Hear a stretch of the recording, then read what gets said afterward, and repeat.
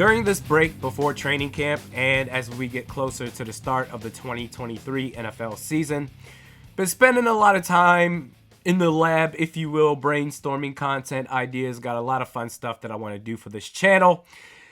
But in the meantime, I saw something recently that I could not ignore. There was no way that I could not talk about it. This was Pat McAfee speaking on Dalvin Cook, his free agency. Why is he still out there? How has he been unsigned up to this point? And somehow correlating Dalvin Cook to the success that Justin Jefferson has had up to this point. He said, Dalvin Cook can absolutely still go. Madison has a chance to be great. Tony Pollard, he did it. He was able to transition to an every down back. But Dalvin Cook was their offense, meaning the Vikings. The reason why I think Justin Jefferson has all the things is because Dalvin Cook's in the backfield. I respect Pat McAfee. I really do. He's a former NFL player. Certainly he knows football more than me. He's going to advocate for his fellow brethren. I get it. But Justin Jefferson, most receptions, most receiving yards through any player's first 3 seasons in the NFL. Offensive Player of the Year last year. He's on track to be one of the greatest receivers of all time. And it's not because Dalvin Cook is in the backfield. He'll have another monster year, whether it's Alexander Madison or Ty Chandler serving as the RB1. But to reduce Jefferson's accomplishments, everything that he's put out there on the field so far, to reduce that to the mere presence of Dalvin Cook, that's a wild take to stand by. But I'm not going to spend 10 minutes on this subject because I think it goes deeper than that. Of the top 6 rushers in the league last year, 2022, Miles Sanders, his rookie contract ran up. Philly, they let him walk to Carolina. They, in return, the Philadelphia Eagles, they traded for DeAndre Swift. Why? Because he's on the last year of his rookie contract. He's set to make $1.8 million in 2023. Saquon Barkley and Josh Jacobs, for that matter, both franchise tagged, both threatening to hold out in case a long-term deal cannot be reached. And I will say, in Saquon's defense, Saquon Barkley has every right to be pissed off. Because if you remember, at the start of the offseason, there was this conundrum in the Giants organization as far as, okay, who do we give a contract extension to versus who do we franchise tag between Daniel Jones and Saquon Barkley. And if it were me, push come to shove, and this is coming from the guy who's very much anti-second contracts for running backs. They're a dime a dozen. You can find them anywhere. The Chiefs, they spent a first-round pick on Clyde Edwards-Helaire a couple of years ago. He got hurt. It's okay. They have their 7th-round draft pick, Isaiah Pacheco. He did just fine in the Super Bowl to help them win. Yes, I know they have Patrick Mahomes as well, but I digress. I would have given Saquon Barkley the contract extension because he's more important to the Giants offense. They gave the contract extension to Daniel Jones. Daniel Jones and his 15 touchdown passes throwing self. Daniel Jones is making $82 million over the next 2 years. This dude is a bum. I would have given Saquon the contract extension and maybe franchise tag Daniel Jones, or I would have taken my chances and try to draft Will Levis or somebody. Daniel Jones is a terrible player. And then Dalvin Cook.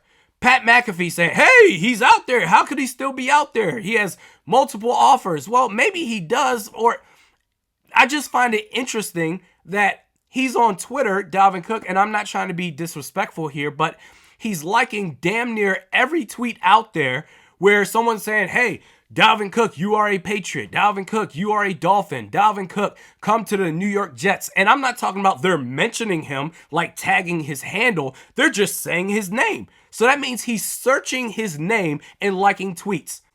This is the time of year, without fail, that the sales pitches for running backs are at an all-time high. Why is that? The reality is running back is the most easily replaceable position in football. It's not nearly as impactful as other positions in terms of the team's ability to win. And when it's time to get paid, running backs, they got to fight the most. Put it to you like this.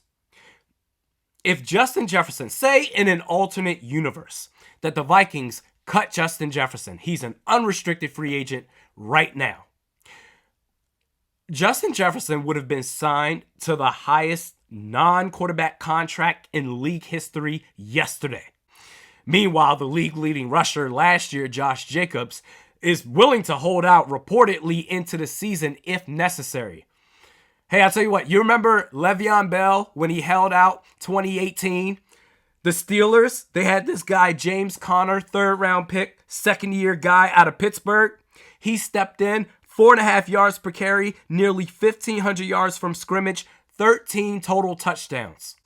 Pat McAfee is simply advocating for Dalvin Cook, but with the running back position, it always drags on the longest compared to the other positions in the league that you get more and more into hyperbole, saying stuff like, well, Dalvin Cook is the reason why Justin Jefferson has all the things. That's like saying Randy Moss is a product of Jim Kleinsasser.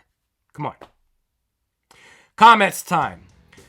Desert for Wheeling 209 says, felt like Hunter was under 25 years old forever. Blink and suddenly he's 29. I kid you not. Me and Declan Goff were talking about this exact subject. It was either during the 2022 season or the start of the offseason where I said, yeah, Danielle Hunter, he has access to the fountain of youth. He's still young. It's fine. And then I went and looked up his contract. And I said, oh my God, he's going to be 29 years old in 2023. So that brings us to the now portion, competitive rebuild. What players, on the competitive part, what players do you think will stick around for the long haul and have an impact to hopefully, inevitably, win that championship versus the rebuild part? What players should we move on from now? And I think that's Danielle Hunter. I just don't know. I understand people want him to retire in purple, but I just don't believe that he's going to last long enough. I think you get more value trading him versus keeping him, and eventually the wheels fall off. Keith, 9854 says, Patriots will be the first to take advantage of this rule. What you want to bet?